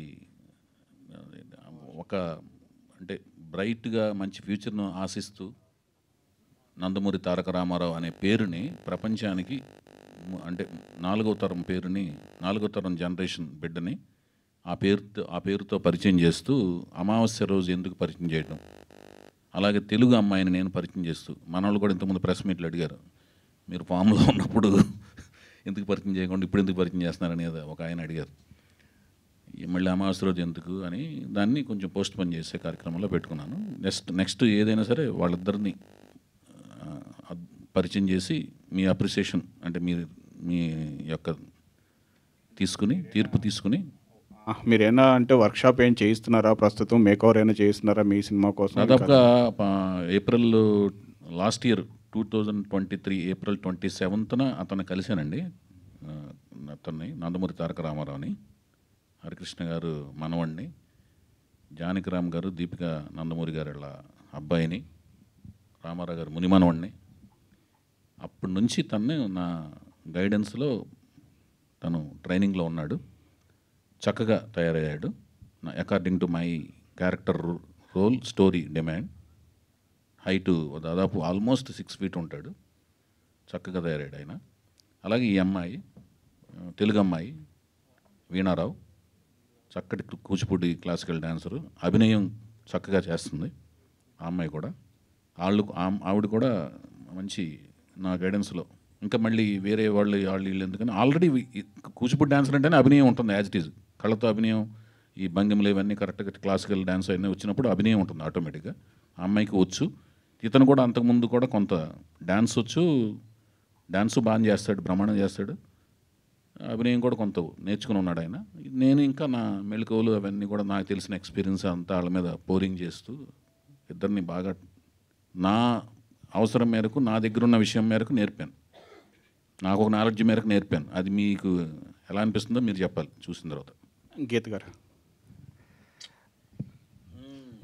డైరెక్టర్ గారు కథ రెడీ అయిందన్నారు, హీరో హీరోయిన్ సెలెక్ట్ చేశారు, టెక్నీషియన్స్ చూస్తే పెద్ద టెక్నీషియన్స్ పెట్టుకున్నారు కదా, బడ్జెట్ ప్రిపేర్ చేసుకున్నారా ఒక బడ్జెట్ అని? ఇది ఓన్లీ తెలుగులోనే వస్తుందా, పాన్ ఇండియా సినిమాగా ఏమన్నా ప్లాన్ చేస్తున్నారా?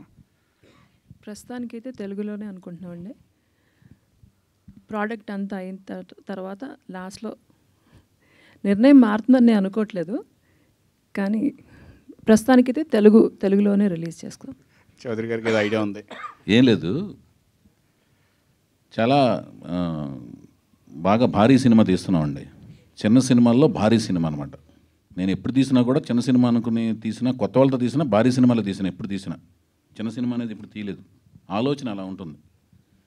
కీరవాణి గారు, చంద్రబోస్ గారు వాళ్ళు అందులో ఆస్కార్ విన్నర్స్, తర్వాత ఉర్రా సాయిమాధ గారు, వాళ్ళిద్దరూ ముగ్గురు అతిరథ మహారథులు. తర్వాత నా ఆలోచన భారీగా ఉంటుంది, నన్ను భరించడం కష్టం, అండ్ అన్కాంప్రమైజ్డ్ కాబట్టి భరించడం కష్టం, అంతకంటే ఏం లేదు అక్కడ.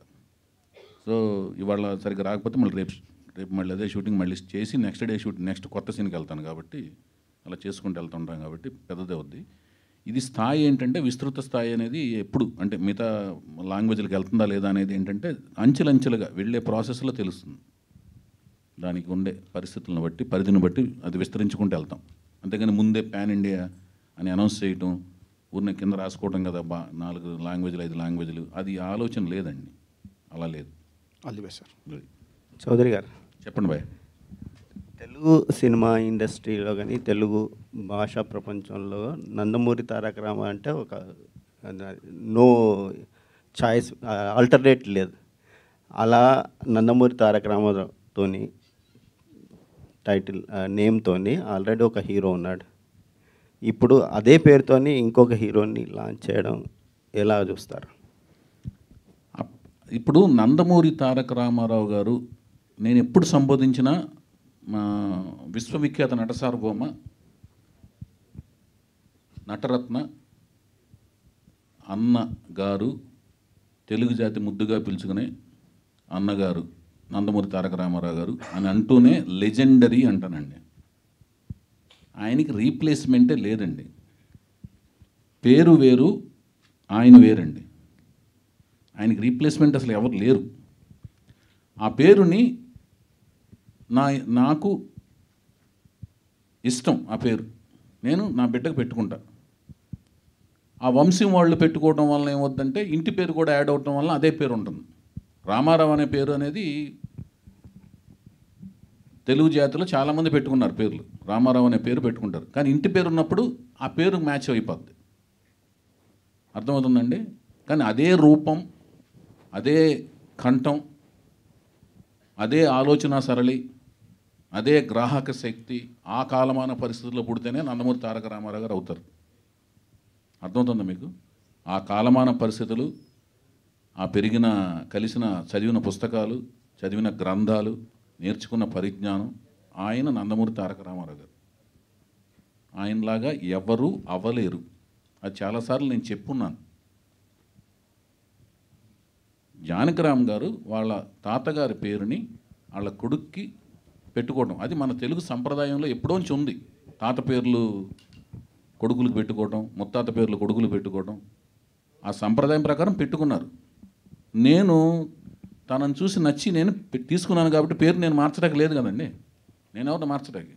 వాళ్ళ నాన్నగారిని వాళ్ళ తాతగారు పెట్టుకున్న పేర్లు నేను మార్చడానికి నేను ఎవరిని? హరికృష్ణ గారును జానకిరామ్ గారు డిస్కస్ చేసుకుని పెట్టుకున్నారంట ఆ పేరు. మారితే విప్లవం వస్తుంది. అంటే జూనియర్ ఎన్టీఆర్ అని లేకపోతే ఆల్రెడీ ఉన్నారు, అది మళ్ళీ అది ఆయన పెట్టుకున్నారు కదా. సో ఈయనకి ఏమన్నా హరికృష్ణ గారు పెట్టుకున్నారు కదా. ఓకే, హరికృష్ణ గారు ఆయన పేరు ఆయనకి తారక రామని పెట్టారు, తెలుసు కదా మీకు. అది ఆయన పెట్టుకున్నారు. ఇప్పుడు వాళ్ళు తండ్రులు వాళ్ళ తాతలు పెట్టుకున్న పేర్లని లేకపోతే వాళ్ళ ముత్తాతలు పెట్టుకున్న పేర్లని మనం మార్చడానికి లేం కదండి. అది ఏమన్నా ఇప్పుడు స్క్రీన్ నేమ్లు ఎలా మారుస్తాం అంటున్నాను. అది నేను వాళ్ళకి ఇచ్చిన పేరుతో నేను రిలీజ్ చేస్తాను. ప్రజలు పిలుస్తారు, మారుస్తారు. ఇలా వాళ్ళు ఇలా పిలుస్తారు. ఇప్పుడు రామారావు గారి పేరు ఫస్ట్ నుంచి ఎన్టీ రామారావు అనే వేస్తున్నారు. ఇది పాతాళ భైరవిలో ఎన్టీ రామారావు అని వేస్తారు. కొన్ని సినిమాల్లో నందమూరి తారక రామారావు అని వేశారు. జనాలు ఏమని పిలిచారు? ఎన్టీఆర్ అని పిలిచారు. కొన్ని ఊర్లో ఎన్టీ ఓడ్ అని పిలిచారు. కొన్ని సినిమాల్లో కొన్ని ఏరియాల్లో రామారావు సినిమా చూసానరా అంటారు. వాళ్ళు కన్వీనియంట్ పేరుతో పిలుస్తారు, ఫుల్ పేరు వేస్తుంటారు. అంటే ఇప్పుడు ఆ అమ్మాయి పేరు మేము ఇలియానా డిక్రూజ్ అండి, అందరూ ఇలియానా డిక్రూజ్ అంటే ఇలియానా అని పిలుస్తుంటారు. వాళ్ళు కన్వీనియంట్ పేరుతో పిలుస్తారు. పేరు మేము ఉన్న పేరు వేయాలి కదా. అది అంటే నా కన్సర్న్ ఏంటంటే ఇప్పుడు తాత పేర్లు పెట్టడం అనేది మన సాంప్రదాయం. సో కొన్నిసార్లు ఏమైతే పేరు పెట్టుకోవచ్చు, ముత్తాత పేరు పెట్టుకోవచ్చు, అది సాంప్రదాయం. కానీ కొన్నిసార్లు మన సొసైటీలో వీడు తాత పేరు చెడగొట్టాడరా అనే ఒక ప్రమాదం ఉంటుంది. అది మన చేతలండి. అది మన కాలమాన పరిస్థితుల్లో మన చేతుల్లో ఉండి జరుగుతాయి కొన్ని చేతలు, మనకు తెలియకుండా జరిగేవి కొన్ని జరుగుతుంటాయి చేతలు. వాటిని మన చేతుల్లో లేని వాటి గురించి మనం ఏం చేయగలమండి? సరే సార్, ఇప్పుడు ఎన్టీఆర్ అంటే తెలుగు జాతికి ఒక గుర్తింపు తెచ్చిన ఒక వ్యక్తి, మహానుభావుడు. సో అప్పటి వరకు తెలుగు భాష కోసం ఎంత కృషి చేసినా కానీ ఎన్టీఆర్ దానికి మార్గదర్శకులుగా ఉన్నారు. సో ఆయన ప్రభావం, ఆయన భాష, డైలెక్ట్, తర్వాత ఆయన మాట్లాడే తీరు మీ మీద ఎలాంటి ప్రభావం చూపించారు? అదేనండి, నా మీదే కాదండి, రామారావు గారి అభిమానులు అందరికీ ఆయన నుంచి నేర్చుకుంది ఏంటంటే అంకిత భావంతో పనిచేయటం, కృషి చేయటం, నమ్మిన సిద్ధాంతం కోసం మడం తిప్పకుండా పోరాటం చేయటం. మేము అది చేస్తుంటాం. అంకిత భావంతో పనిచేయటం, కార్యదీక్షతో పనిచేయటం, ఎలాంటి డీవియేషన్స్ లేకుండా పనిచేయటం. భాషాపరంగా అంటున్నారు. భాషాపరంగానే కదా మేము తెలుగు భాష మాట్లాడుతుంటాం. నేను తెలుగులోనే టైప్ చేస్తుంటాను. అంటే నేను కీబోర్డ్లో ఉన్నా కూడా తెలుగు భాషలోనే. ఇప్పుడు అదేంటి చాలా వరకు సంభాషణ నేను స్మార్ట్ ఫోన్లో వచ్చినా తెలుగులోనే సంభాషిస్తుంటాను. మ్యాక్సిమం తెలుగు భాష బాగా గుర్తుపెట్టుకుని తెలుగులోనే మాట్లాడతానికి మ్యాక్సిమం ప్రయత్నిస్తాను నేను. వైవిఎస్ చౌదరి గారు, యాక్చువల్లీ మీరు చెప్పినట్టు యువర్ మీరు ఓకేనా అన్న?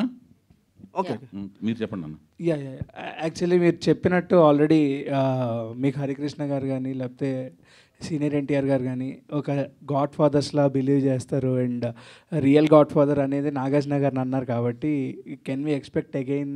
ఇప్పుడు హరికృష్ణ గారు మనతో లేరు కానీ ఆల్రెడీ నందమూరి వంశం నుంచి మన బాలకృష్ణ గారు ఉన్నారు. Can we expect any Akkineni and Nandamuri combo again? అదేనండి. ఇప్పుడు ఫస్ట్ ఏంటంటే ఇప్పుడు నేను ఒక ప్రాజెక్ట్ పెట్టుకున్నానండి.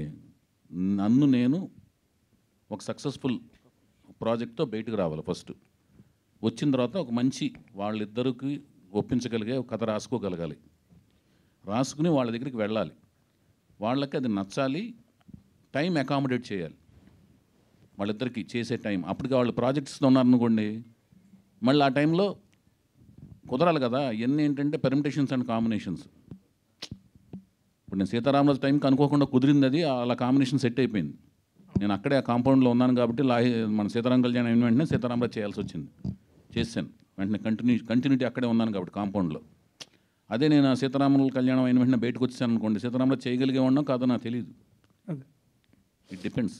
సో మీ మూవీస్లో ఏదైనా రిలీజ్ చేయాలనుకుంటే ఏం చేస్తారు? ఇప్పుడు అంటే మీకు ఏమన్నా నాగార్జున గారు బాలకృష్ణ గారితో కాంబినేషన్ సినిమా చేయాల్సి వచ్చింది అనుకోండి, నాకు ఈ సినిమా నేను అనుకున్న సక్సెస్ ఇచ్చి అలాంటి కథ నాకు వస్తే నాకు అంతకంటే అదృష్టం ఏంటండి ఇంకా చెప్పండి. వాళ్ళిద్దరు నటవారసులు, వాళ్ళ అంశాలకి వాళ్ళిద్దరితో ఒక అవకాశం వచ్చింది చేయటం అనేది అసలు మీరు అడిగిన క్వశ్చన్కి అది సంభవం అయితే ఎంత ఆనందం అండి చెప్పండి. అది చంద్రబోస్ గారు, మన అంటే తెలంగాణ నుంచి మీరు అంతకుముందు సిన్నారా కానీ దాశరథి కానీ ఒక మార్క్ చూపించారు ఇండస్ట్రీలో. కానీ అంటే ఇది కాంట్రవర్షియల్ కాదు, ఒక జర్నీ మీ గురించి అడుగుదామని. సో ఒక దశలో సమైక్య రాష్ట్రంలో తెలంగాణ వాళ్ళకు భాషే రాదు అనే ఒక వివక్ష నుంచి అలాంటి టైంలో మీరు వేటూరి, సిరివెన్నెల గారు మంచి పీక్లో ఉన్నప్పుడు మీ ఎంట్రీ ఇచ్చారండి. సో అలాంటి పరిస్థితుల్లో మీకు ఎలాంటి ప్రతికూల పరిస్థితులు జయించి మీరు ప్రయాణాన్ని కొనసాగించారు? అంటే మామూలుగా సాధారణంగా సినిమా రంగంలో అవరోధాలు, ఆటంకాలు ఎదుర్కొనే ఒక కళాకారుడికి ఎలాంటి అవరోధాలు, ఆటంకాలు ఎదురయ్యో అలాంటివి ఎదురయ్యే తప్ప ప్రత్యేకంగా నాకు మాత్రం ప్రాంతీయ వివక్షత నాకు వ్యక్తిగతంగా నాకు ఎలాంటి ఎదురవ్వలేదు. ఎందుకంటే నన్ను ఆదరించి నన్ను ప్రోత్సహించిన వాళ్ళు రామానాయుడు గారు, ముప్పలనేని శివ గారు, కీరవాణి గారు, మొదటి అవకాశం ఇచ్చింది రాఘవేంద్ర గారు, వీళ్ళంతా కూడా నన్ను ప్రోత్సహించారు. నాకైతే ఎలాంటి వివక్ష ఎదురవ్వలేదు, మనస్ఫూర్తిగా చెప్తున్నాను. థ్యాంక్ యూ అండి. చౌదరి గారు, నేను చక్రి గారితో సినిమా చేశాను కదా, 2 సినిమాలు నేనే చేశాను కదా. అంటే ఏం ఉండవు భయ్యా ఇక్కడ ఒక మాటేనండి. ఫస్ట్ ప్రాంతీయ భేదాలు ఇక్కడ ఏంటంటే టాలెంట్ ఉంది ట్యాప్ చేస్తారు, టాలెంట్ లేదు స్క్రాప్లో పడేస్తారు. స్క్రాప్, ట్రాష్ అంతే. ఫస్ట్ అవకాశానికి మాత్రం టాలెంట్ కాదు, కులమో లేదంటే ప్రాంతమో ఏదో అవసరం అనేది ఇండస్ట్రీ మీద ఉండిపోయింది. అట్లా మచ్చ అనేది కొన్ని తరాల నుంచి ఉంది. మచ్చ కళ్ళల్లోంచి కళ్ళజోడు పెట్టుకున్న మా కళ్ళజోడులో ఉంటుంది, కళ్ళల్లో ఉంటుంది. ఆ 2 కళ్ళు అదే మా దానికి ఏదైనా డ్రాప్స్ వేసుకుని కళ్ళజోడుకి మార్చుకుంటే సరిపోద్ది అంతేనండి. ఓకే. చౌదరి గారు, ఒక్క క్వశ్చన్ అండి. చెప్పండి అన్న. సార్, మీరు మీ సినిమాలో 99.9% అన్ని తెలుగు పేర్లే పెట్టారు, ఒక్క టైగర్ తప్ప, టైగర్ హరిశ్చంద్ర ప్రసాద్ తప్ప. నేను కాదు పెట్టింది, అది నాది కాదు, సముద్ర గారు. నేను సీతయ్య పెట్టారు. ఇప్పుడు చేసే సినిమా కూడా తెలుగు పేరే ఉంటుందా? తెలుగు పేరే. నేను అసలు ఇంతవరకు ఇంగ్లీష్ పేర్లు పెట్టలేదు భయ్య, ఇంతవరకు పెట్టలేదు. తెలుగు పేరే పెడతాను. 100% స్వచ్ఛమైన తెలుగు పేరు పెడతాను. మీరు ఏదైతే సినిమా చెప్పారో అది సముద్ర గారి సినిమా యాక్చువల్లీ. హరికృష్ణ గారితో వైవిఎస్ చౌదరి గారు చేసిన Seethayya. Thank you so much. ఎవ్వరి మాట వినడు. Thank you. అండ్ చంద్రబోస్ గారికి మరొకసారి ప్రత్యేకమైన కృతజ్ఞత తెలియజేసుకుంటున్నాము.